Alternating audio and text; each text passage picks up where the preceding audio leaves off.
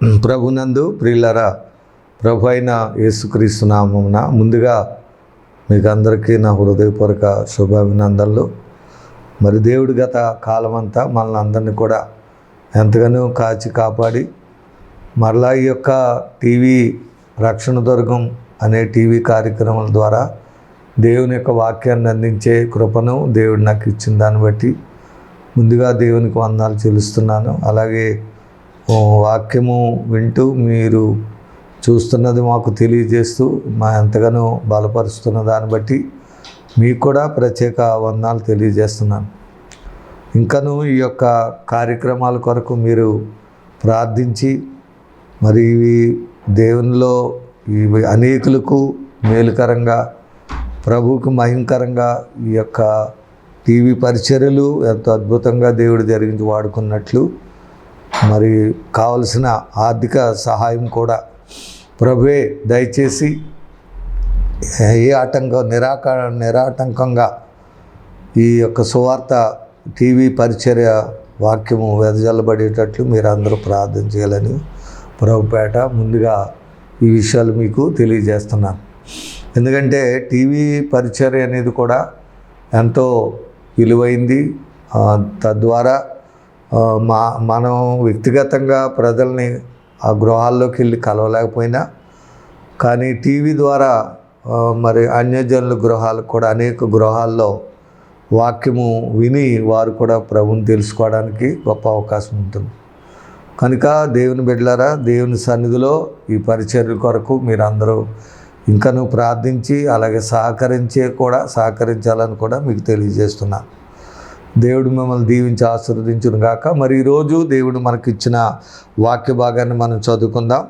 దేవుని పరిశుద్ధ గ్రంథములో నుండి ఆదికాండము 28వ అధ్యాయము 10వ వచనం నుండి కొన్ని వచనాలు మనం చదువుకుందాం. యాకోబు బెయేర్షెబా నుండి బయలుదేరి హారాను వైపు వెళ్ళుచు ఒక చోట చేరి ప్రొద్దు కృంగినందున అక్కడ రాత్రి నిలిచిపోయి ఆ చోటి రాళ్లలో ఒకటి తీసుకొని తనకు తలగడగా చేసుకొని అక్కడ పండుకొనెను. అప్పుడు అతడు ఒక కల కనెను. అందులో ఒక నిచ్చెన భూమి మీద నిలబడి ఉండెను. దాని కొన ఆకాశమునంటెను. దాని మీద దేవుని దూతలు ఎక్కుచూ దిగుచూ నుండిరి. మరియు యెహోవా దానికి పైగా నిలిచి, నేను నీ తండ్రి అయిన అబ్రహాము దేవుడను ఇస్సాకు దేవుడైన యెహోవాను. నీవు పండుకొని ఉన్న ఈ భూమిని నీకును నీ సంతానమునకు ఇచ్చేదను. నీ సంతానం భూమి మీద లెక్కకు ఇసుక రేణువుల వలె ఉండు. నీవు పడమటి తట్టును తూర్పు తట్టును ఉత్తరపు తట్టును దక్షిణ వ్యాపించెదవు. భూమి యొక్క వంశములన్నీ నీ మూలముగాను నీ సంతాన మూలముగాను ఆశీర్వదించబడును. ఇదిగో నేను నీకు తోడై ఉండి నీవు వెళ్ళు ప్రతి స్థలమందు నిన్ను కాపాడుచు ఈ దేశమునకు నిన్ను మరలా రప్పించెదను. నేను నీతో చెప్పిన నెరవేర్చు వరకు నిన్ను విడువనని చెప్పగా యాకోబు నిద్ర తెలిసి నిశ్చయముగా యెహోవా ఈ స్థలమందు ఉన్నాడు, అది నాకు తెలియకపోయిననుకొని భయపడి ఈ స్థలం ఎంతో భయంకరము, ఇది దేవుని మందిరమే కానీ వేరొకటి కాదు, పరలోకపు గవిని ఇదే అనుకొనెను. తెల్లవారినప్పుడు యాకోబు లేచి తాను తలగడగా చేసుకొని రాయి తీసి దాన్ని స్తంభముగా నిలిపి దాని కొన మీద నూనె పోసాను. మరియు అతడు ఆ స్థలమునకు బేతేలు పేరు పెట్టాను. అయితే మొదట ఊరి పేరు లూజు. అప్పుడు యాకోబు, నేను తిరిగి నా తండ్రి ఇంటికి క్షేమంగా వచ్చినట్లు దేవుడు నాకు తోడై ఉండి వెళ్ళుచున్న ఈ మార్గమంట్లో నన్ను కాపాడి తినుటకు ఆహారమును ధరించుకొనుటకు వస్త్రమును నాకు దయచేసిన ఎడల యెహోవా నాకు దేవుడై ఉండును. మరియు స్తంభముగా నేను నిలిపిన ఈ రాయి దేవుని మందిరమగును. మరియు నీవు నాకు ఇచ్చే యావత్తులో 10వ వంతు నిశ్చయముగా నీకు చెల్లించదునని మొక్కుకొనెను. దేవుడి వచనాన్ని దీవించునుగాక. వెళ్ళారు. ఇక్కడ యాకోబు ఒక కల కన్నట్లుగా మనం చూస్తున్నాం. బైబిల్ గ్రంథంలో అనేకులు మరి కళలు కనేవారుగా కూడా మనం చూడగా ఇంచుమించుగా 24 మంది మొత్తం మీద బైబిల్లో పాత నిబంధనలు కొత్త నిబంధనలో కూడా కళలు కని వారుగా ఉన్నట్లుగా మనం చూస్తున్నాం. మరి కొత్త నిబంధనలో కూడా దేవుడు అంటే అర్థం ఏంటంటే దేవుడు కళల ద్వారా కూడా మాట్లాడతాడు. దేవుని పిల్లలకి దేవుని పిల్లలుగా ఉన్న వాళ్ళు మనకి ఎవరికైనా దేవుడు ఏం చేస్తాడంటే కళలు ఇస్తాడు. దాన్ని ఇంకొక మాట మనం ఇంకా గట్టిగా వాడాలంటే దర్శనం అంటారు. అంటే కళ వేరు, దర్శనం వేరు అనుకోండి. కళలు ఉంటాయి, దర్శనాలు ఉంటాయి. కాబట్టి దేవుడు తను ఏర్పరచుకున్న వారికి దర్శనాలు ఇస్తాడు, లేక కళలు ఇస్తాడు. హల్లెలూయా. వీళ్ళారా, మనం ఓల్డ్ టెస్ట్మెంట్లో చూసినట్లయితే యోసేపు కళలు కనేవాడని పేరు వచ్చింది ఆయనకి. దేవుడు కళల ద్వారా ఆయనతో మాట్లాడేవాడు. దర్శనాలు ఇచ్చి ప్రభు జోసేపుతో మాట్లాడాడు. అంతేకాదు యోసేపు కళల భావమును కూడా తెలియజేసేవాడు. కళలో దేవుని పిల్లలు ఆయన పిల్లలకి దేవుడిచ్చిన గొప్ప వరం ఏంటంటే, ఒక గొప్ప ప్రత్యేకమైన వరం ఏంటంటే, ఇంచుమించుగా దేవుని పిల్లలు అందరికీ ఉంటే అవకాశం అనుకుంటున్నాను నేను, కళలు కనేవారుగా, ఆ కళల యొక్క అర్థము చెప్పేవారుగా ఉండగలిగేవారుగా ఉంటారు. ఇది దేవుడు తన ఆత్మ ద్వారా మనకిచ్చే ఒక గొప్ప ధన్యత. కాబట్టి ఇప్పుడు యోసేపు కళలు కన్నాడు, చిన్నప్పుడు కళలు కన్నాడు. అంతేకాదు అతన్ని జైల్లో ఉన్నప్పుడు మరి ఆ యొక్క ఫరో చక్రవర్తి దగ్గర పనిచేసేవాళ్ళు ఆ జైల్లో ఉంటే వాళ్ళకు కూడా కళలు వచ్చినప్పుడు ఆ కళల యొక్క భావాన్ని యోసేపు వాళ్ళకి తెలియజేశాడు. ఆయన ఏమైతే తెలియజేశాడో అదేవిధంగా పానదాయకుడుగా ఉన్నవాడిని గిన్నె అందించేవాడికి జరిగింది. ఒకటి తిరిగి ఉద్యోగం వస్తుంది అన్నాడు, అలాగే ఉద్యోగం వచ్చింది. ఒకటిని ఉద్యోగంలో తీసేస్తాన్నారు, అతను తీసేశారు. ఇలా జరిగాయి. సో యోసేపు కళలు కనేవాడే కాకుండా కళల భావమును కూడా చెప్పేవాడు. అలాగే ఫరోకి కూడా కళ్ళు వచ్చాయి, రెండు కళ్ళు. ఈ ఫరో ఐగుప్తు దేశంలో ఉన్నటువంటి మరి వాళ్ళు సోదిగాండ్రు, లేకపోతే రకరకాల మాంత్రికులు, మరి ఇలాంటివి చెప్పేవాళ్ళు అనేకులు వచ్చారు. అనేకులు పిలువబడ్డారు, కానీ ఎవరు కూడా కలభావాలు చెప్పలేకపోయారు. అలాంటి సమయంలో యోసేపు ఆ కళలు వివరంగా చెప్పి మరి రాజుగారికి ఎంతో ఘనపరిచినట్లుగా మనం చూస్తున్నాం. కాబట్టి దేవుని పిల్లలు మనం ఎప్పుడు కూడా మనకొక ధన్యత ఏంటంటే, దేవుల్లో ఉంటే మనకి కళలు ఉంటాయి, దర్శనాలు ఉంటాయి.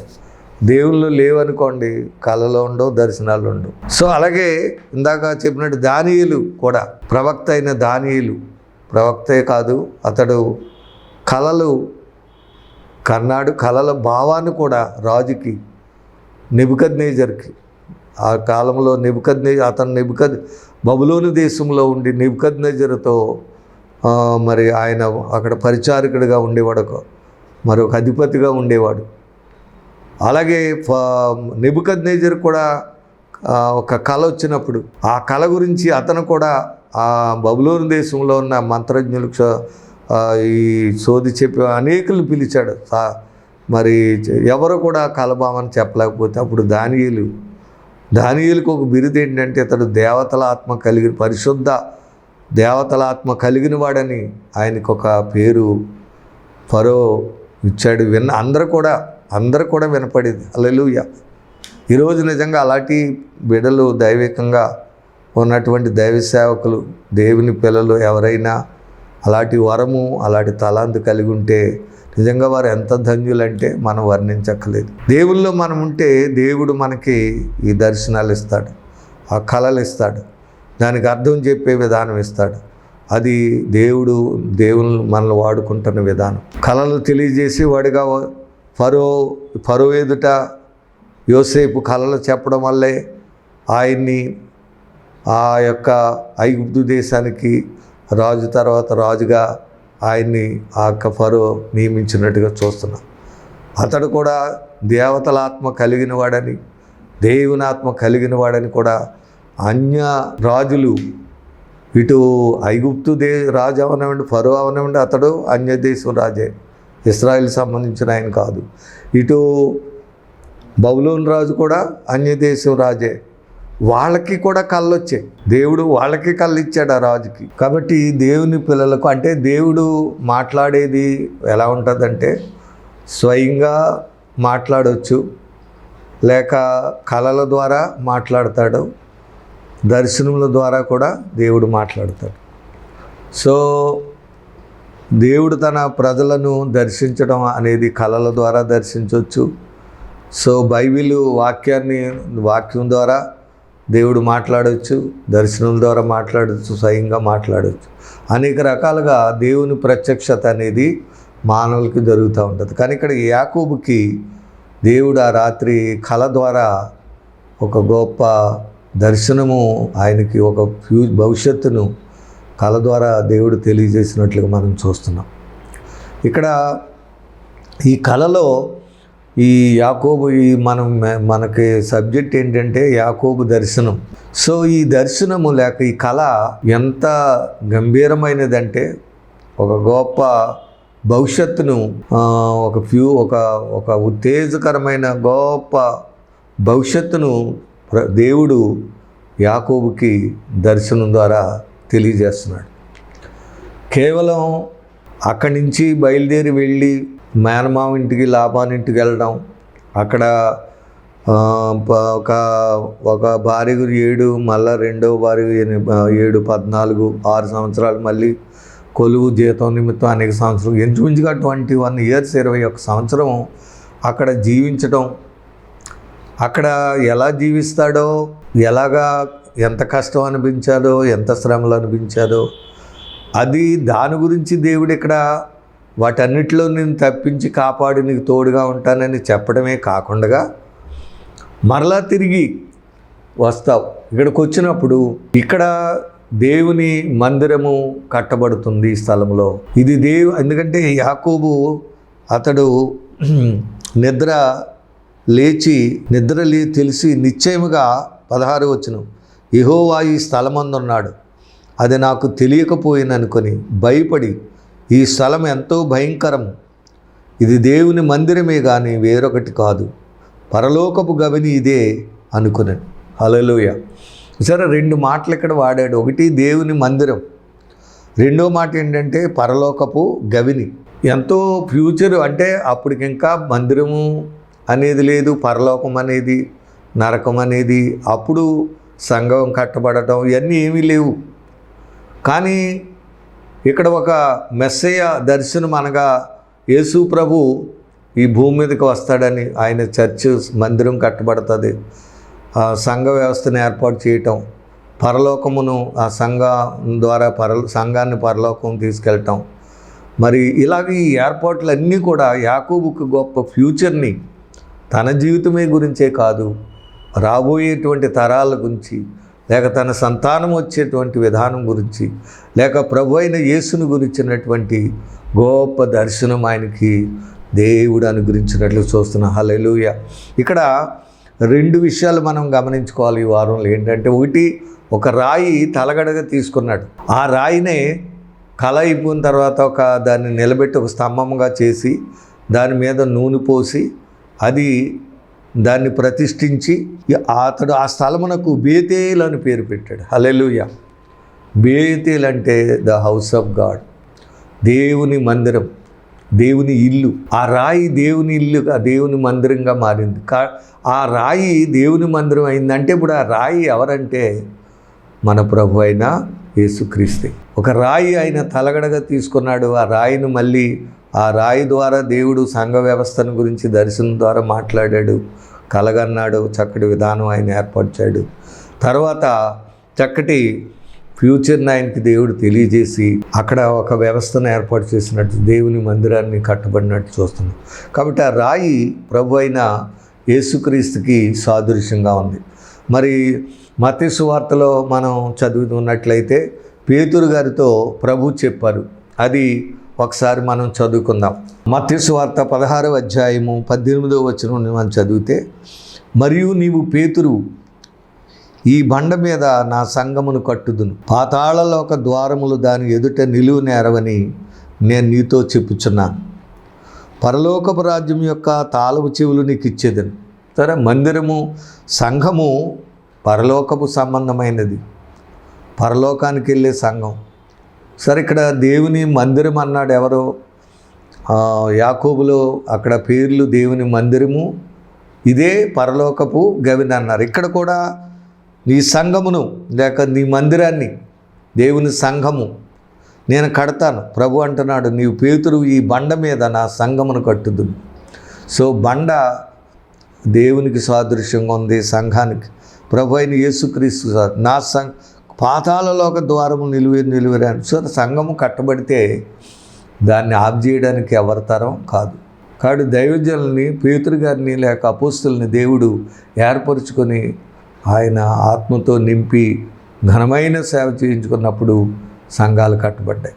సో అవన్నీ కట్టేవాడు ప్రభువే తన దాసులను అపోస్తులను పేరు పెట్టి సేవకు పిలిచి వాళ్ళని అభిషేకించి వారిని వాడుకున్నాడు.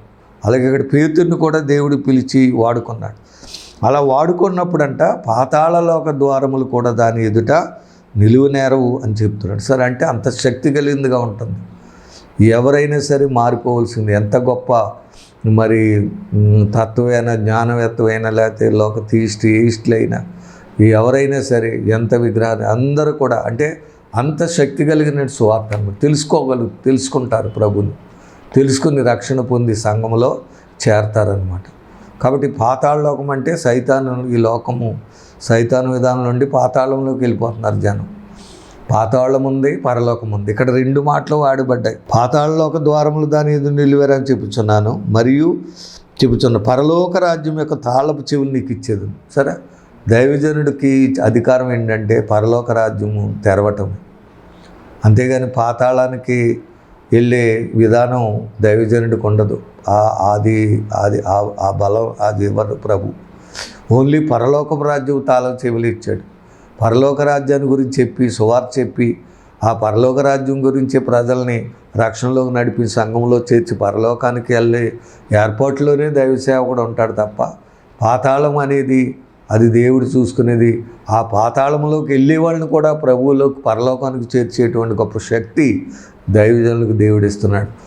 కాబట్టి ఇక్కడ సంఘము కట్టబడుతుంది. ఆ సంఘము పరలోకమును తాళపు చెవిగా, పరలోకానికి దారితీసేదిగా, పరలోకంలో చేరే సంఘముగా ఉంటుందని రాయబడింది. కనుక ఇక్కడ మందిరము అని కట్టబడటం, ఆ రాయే ప్రభు అయిన యేసు, అదే దేవుని మందిరం. ఆయనే ప్రభువే సంఘాన్ని కడుతూ ఉన్నాడు.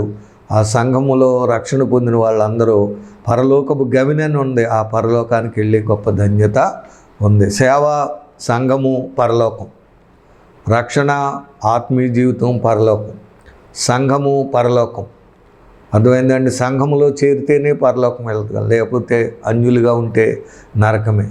కానీ ప్రభువుని నమ్ముకుని ధన్యులుగా ఉంటే పరలోకం. హల్లెలూయా.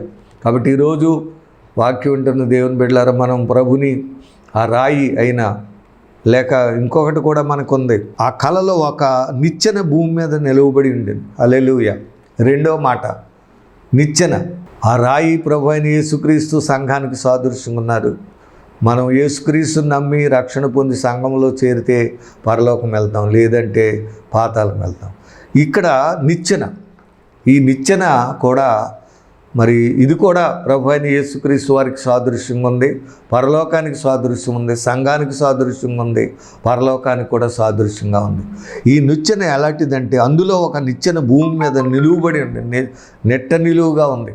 సరే, నిలువబడి ఉంది. దాని కొన ఆకాశమునంటే పైన ఆకాశం మీద ఉంది కొన, క్రిందేమో భూమి మీద ఉంది. సరే, అంటే పరలోకము, భూమి మీద పరలోకం రెండిటి కలిపేదే దేవుని సంఘం, దేవుని మందిరం. ఆ రెండింటిని కలపడానికే ప్రభు అయిన యేసుక్రీస్తు వచ్చి ఈ లోకాన్ని సంఘం స్థాపించాడు ఆయన. హల్లెలూయా. కాబట్టి బిడ్డలారా, ఇక్కడ సంఘములో మనం చూద్దాం. కాబట్టి ప్రభువుని నమ్ముకున్న వారు పరలోక దర్శనాలు చూస్తారు, రక్షణ పొందుకొని దేవుని సంఘములో చేరి పరలోక జీవితాన్ని కలిగి లేక దర్శనం కలిగి పరలోక విధానం పొందుకొని పరలోకానికి వెళతారు అనేటువంటి ఇక్కడ ఒక ఆ నిచ్చెన మనకి సాదృశ్యం కనబడుతుంది. అది కూడా ప్రభు అయిన యేసుక్రీస్తు వారు యోహాను సువార్త 1వ అధ్యాయంలో ఇదే విధానాన్ని అక్కడ కూడా చెప్పినట్లుగా చూస్తున్నాం. అది కూడా మనం చదువుకుని ముగించేద్దాం. యోహాను సువార్త 1వ అధ్యాయము 51వ వచనం. మరియు ఆయన, మీరు ఆకాశము తిరుగుబడియు దేవుని దూతలు మనుష్య కుమారుని పైగా ఎక్కుటయు దిగుటయు చూతురని మీతో నిశ్చయముగా చెప్పుచున్నారు. సరే, ఆకాశము తిరుగుబట్టి దేవుని దూతలు మనుష్య కుమారుని పైగా ఎక్కుటైను దిగుటైను. అంటే ఆ నిచ్చెన కూడా ప్రభు అయిన యేసుక్రీస్తు వారే. ఆయన పరలోకాన్ని భూమి మీద కలపడానికి వచ్చాడు. భూమి మీద ఉన్న మానవుల్ని పరలోకానికి తీసుకెళ్ళటానికి వచ్చాడు. మానవులను రక్షించి నిత్యజీవం ఇవ్వడానికి ఆయన ఈ లోకానికి వచ్చాడు. హల్లెలూయా. యేసుని నమ్మితే పరలోకం లేక నిత్యజీవం. అదే ఇక్కడ నిచ్చెన చూడండి, ఆకాశము తిరుగుబడుతుంది. అక్కడ కూడా ఆ నిచ్చెన కొన పైన ఆకాశం మీద ఉంది, కింద భూమి మీద ఉంది. అలాగే ఇక్కడ కూడా మీరు భూమి మీదే ఉంటారు, కానీ ఆకాశము తెరవబడుట దేవుని దూతలు మనుష్య కుమారుని పైగా ఎక్కుటైను దిగుట. అక్కడ నిచ్చెన పైన దేవుని దూతలు ఎక్కుతూ ఉన్నారు. ఇక్కడ మనుష్య కుమారుని పైగా అంటే ఆ నిచ్చెనే ప్రభు అయిన యేసు. అంటే యేసుక్రీస్తు ద్వారా మానవులు రక్షణ పొందుతారు, పరలోకం వెళ్తారు. భూమి మీద నుండి పరలోకానికి వెళ్ళే జీవితం ప్రభు ఇస్తాడు. అక్కడ సంఘములో చేరి పరలోకానికి వెళ్ళే విధానం. పైగా ఎక్కుటయు దిగుటయు మీరు చూతురని నిశ్చయముగా చెప్పుచున్నాను. సరే, రక్షణ పొందడమే కాదు, ఏం చూస్తారు? దేవుని దర్శనాలు చూస్తారు, దేవుని స్వరం వింటారు, పరలోకము చేరతారు. పరలోకమునకు వెళ్ళే గొప్ప జీవితాన్ని యేసు మానవులకు ఇవ్వడానికి వచ్చాడు. కాబట్టి ఇదంతా కూడా యాకోబు దర్శనంలో దేవుడు నిమిత్తం చేశాడు. కేవలం యాకోబు గురించే, అతని జీవితం గురించే మాట్లాడలేదు. ఇక్కడ రాబోయే తరాల్లో అతనికో సంతానం వలన ఏ విధంగా మానవులు రక్షించబడి అతని సంతానం వలన ఏ విధంగా అభివృద్ధి చెందుతారో ఆ సంతానమే ప్రభు అయిన యేసు, లేక రాడు ఆ నిచ్చెన ప్రభు అయిన యేసుక్రీస్తుగా ఉంది. ఆయన వచ్చి సంఘాన్ని కట్టడం, ఆ సంఘం ద్వారా పరలోకం ఏర్పాటు చేయడం, ఇవన్నీ కూడా ఆ దర్శనంలో దేవుడు ఆయనకు బయలుపరిచాడు. హల్లెలూయా. కాబట్టి బిడ్డలారా, మనం ప్రభువుని నమ్ముకున్నప్పుడు మనకి పరలోక జీవితం అబ్బుతుంది, పరలోక దర్శనాలు కలుగుతాయి, ఆకాశము తెరవబడుట చూస్తాం, దేవుని దూతలు ఎక్కుట దిగుట మనం చూస్తాం.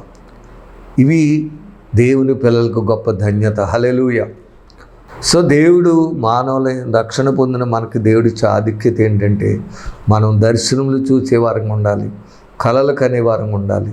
అలాగే ప్రభువుని తెలుసుకొని ఆయన ఇచ్చే రక్షణ పొందుకొని సంఘములో చేరి పరలోకమునకు వెళ్ళే పిల్లలుగా ఉండాలి. హల్లెలూయా. ప్రభు స్వస్థత చేస్తున్నాడంటే, ప్రభు మనల్ని బాగు చేస్తున్న ఏదైనా మేలు నీకు జరుగుతుందంటే, నీ బలహీనతల నుండి లేక వ్యాధుల నుండి స్వస్థపరిచి నేను రక్షిస్తున్నాడు అంటే దాని అంతటి కారణం ఏంటి? నువ్వు సంఘములో చేరి నువ్వు దేవుని రాజ్యం కొరకు సిద్ధపడతావని, ఆ నిత్య జీవమునకు లేక పరలోకమునకు సిద్ధపడే బిడ్డగా నీవు ఉంటావని దేవుడు తన ఈ యొక్క యాకోబుకు వచ్చిన దర్శనం ద్వారా దేవుడు మనతో మాట్లాడుతున్నాడు. మళ్ళీ దేవుని చిత్తమైతే వచ్చే వారం యాకోబులు నిద్ర లేచిన తర్వాత మరి స్తంభముగా ఆ రాయిని స్తంభముగా పెట్టి నూనె పోసి బేతేలని పేరు పెట్టడం, తర్వాత ఇదే పరలోక గమని అంటాం అని ఏం మొక్కుబడి చేసుకున్నాడో, ఈ దేవుడు ఏ విధంగా అన్నాడో అనేది, దేవుని విధానం మానవులకు ఎలాంటి ఉంటుందో, రక్షణ పొందితే దేవుడు ఆయన ఎలా కాపాడుతాడో, ఎలా తోడై ఉంటాడో, ఇవన్నీ దేవుని చిత్తం బట్టి వచ్చే వారం మనం చెప్పుకోవచ్చు. సో క్రీస్తుని గురించిన మెస్సయ్య గురించి అనేక విధాలుగా దేవుడు పూర్వం ఉన్నటువంటి ఆ యొక్క మన పితరులకి దేవుడు అబ్రహాముకి ఏంటి, యాకోబుకి, ఇస్సాక్కి దర్శనములు ఇచ్చి దేవుడు మాట్లాడి వారిని ఎంతగానో బలపరిచాడు బిడ్డలారు. కాబట్టి యేసు ప్రభు ఉట్టిగా వచ్చిన దేవుడు కాదు, ఆయన ప్రవచనం ద్వారా వచ్చిన దేవుడు, దర్శనముల ద్వారా దేవుడు మానవాళికి అనుగ్రహించబడ్డాడు. కాబట్టి మరి నేను రక్షణ ఆయన విశ్వసించి రక్షణ పొందితే మనకు పరలోకం ఉంది, లేదంటే పాతాళం ఉంది. మనం పాతాళానికి వెళ్ళవారు కాకుండా పాతాళము నుండి తప్పించబడి పరలోకమునకు వెళ్ళే బిడ్డలుగా మనము ప్రభుని విశ్వసించి ఆయన ఇచ్చే రక్షణ పొందుకొని ఆత్మీయ జీవితాన్ని కలిగి దేవుని రాజ్యం కొరకు సిద్ధపడే బిడ్డలుగా ఉండాలని దైవజనుడిగా నేను కోరుతున్నాను. మరి అప్పుడే యాకోబు యొక్క దర్శనం మన జీవితాల్లో నెరవేరినట్లు. యాకోబు అబ్రహాం, ఇస్సాకు, యాకోబులకు వచ్చిన దీవెనలు మనకు వస్తాయి. మనం బైబిల్ చెప్తూ ఉంది, పాపముల చేత అపరాధముల చేత మనం చచ్చిన వారమై ఉన్నాం, లేక పాపము చేత శాపగ్రస్తులమైంది గలతీ పత్రికలో. యేసయ్య వచ్చి ఏం చేశాడంటే ఆ శాపాన్ని, ఆ పాపాన్ని ఆయనే భరించి ఆ సిలువలో వహించి ఆ పాప శాపముల నుండి విమోచించి అబ్రహాము, ఇస్సాకు, యాకోబులు ఎలాగ ఆశీర్వదించబడ్డారో ఆ ఆశీర్వాదములకు వారసుడుగా మనల్ని చేశాడు. హల్లెలూయా. ప్రభువుని నమ్ముకోవడం వల్ల మన పాపముల నుండి మనం విడుదల పొందడమే కాదు, మన రోగముల నుండి మనం స్వస్థత పొందడమే కాదు, మనము దీవించబడతాం. మనం ఎంతగానో ఆశీర్వదించబడి ఎంతగానో ఆత్మీయంగాను శారీరక కుటుంబపరంగా అభివృద్ధి చెంది కడకి పరలోకం వెళ్ళే బిడ్డలు. అబ్రహాము కూడా పునాదులు గల పట్టణం కొరకు అబ్రహాం ఎదుర్చు అంటే వాళ్ళు కూడా నిత్య జీవాన్ని పొందుకున్నారు. ప్రభు కూడా చెప్పారు, అనేకులు తూర్పు నుండి, పడమటి నుండి, ఉత్తరము నుండి అబ్రహాముతో, ఇస్సాకు, యాకోబులతో కూడా ఉంటారని చెప్పారు. సో యేసుక్రీస్తుని నమ్ముట వల్ల మనం కూడా రక్షణ పొంది అంతే మనం అబ్రహాం, ఇస్సాకు, యాకోబులతో కూడా ఆశీర్వదించబడతాం, పరలోకమునికి వెళ్తాం. చూసారా, ఇంత మర్మం ఉంది. కనుక ఆ విషయాలన్నీ మనం తెలుసుకొని ప్రభు బిడ్డలుగా జీవించి పరలోకాన్ని సిద్ధపడదాం. దేవుని చేతను బట్టి వచ్చే వారం మరి యాకోబు మందిరం నుంచి మొక్కుబడి ఎలా చేశాడో, ఆ ఓ ఎలా చేసుకున్నాడో అవి కూడా మనం నేర్చుకుని ముగించుకుందాం. దేవుడి మాటలను దీవించి ఆశీర్వదించునుగాక. ఆమె చిన్న ప్రార్థన చేద్దాం. మహాపరిశుద్ధుడా, మహోన్నతుడే, నీకు వందనాలు, స్తోత్రాలు తండ్రి. ఈరోజు నీ వాక్యం ద్వారా మీరు మాతో మాట్లాడి నీకు వందనాలు ప్రభువా. కేవలం యాకోబుకి నీవు కలనిచ్చలేక దర్శనం ఇచ్చావంటే అది తన జీవితం గురించే కాదు, కానీ ఇదిగో రాబోయే మెస్సయ్య గురించి, యేసుక్రీస్తుని గురించిన దర్శనం ఇచ్చి ప్రభువా, సంఘము కట్టబడుతుందని, ఆ సంఘములో ఉన్నవాళ్ళు పరలోకం వెళ్తారని, ఇది దేవుని మందిరమని, ఇదే పరలోకపు గమని అనేటువంటి ఒక గొప్ప సత్యాన్ని కూడా ఆయనకు తెలియజేసి మరి ఆయన చూపించిన ప్రకారంగా మరి 2000 సంవత్సరాల క్రితం ప్రభు అయిన యేసును సొంత రక్షకునిగా ఈ లోకాన్ని పంపించి మా కొరకు సిలువ వేయించి పాపముల నుండి, శాపముల నుండి మమ్మల్ని విమోచించి రక్షించి పరలోకములోనికి తీసుకెళ్ళటానికి ఆయన మీరు పంపించారనే గొప్ప సత్యాన్ని మీరు మాకు తెలియజేసినందుకు వందనాలు ప్రభువా. వాక్యం వింటున్న బిడ్డలు ఈ సత్యాన్ని తెలుసుకొని ప్రభువా నిన్ను నమ్ముకొని నువ్వు ఇచ్చే రక్షణ పొంది ఆ నిత్య జీవానికి స్వతంత్రించుకున్న బిడ్డలుగా చేయండి ప్రభువా. ఆయన పరలోకమునకు వారసులయ్యే బిడ్డలుగా మీరు సంఘములో చేరాలి తండ్రి. రక్షణ పొంది సంఘములో చేరి పరలోకమునకు వెళ్ళే బిడ్డలుగా ప్రతి బిడ్డ తయారవ్వాలని నాయన ప్రార్థిస్తున్నాం. సహాయం చేయండి.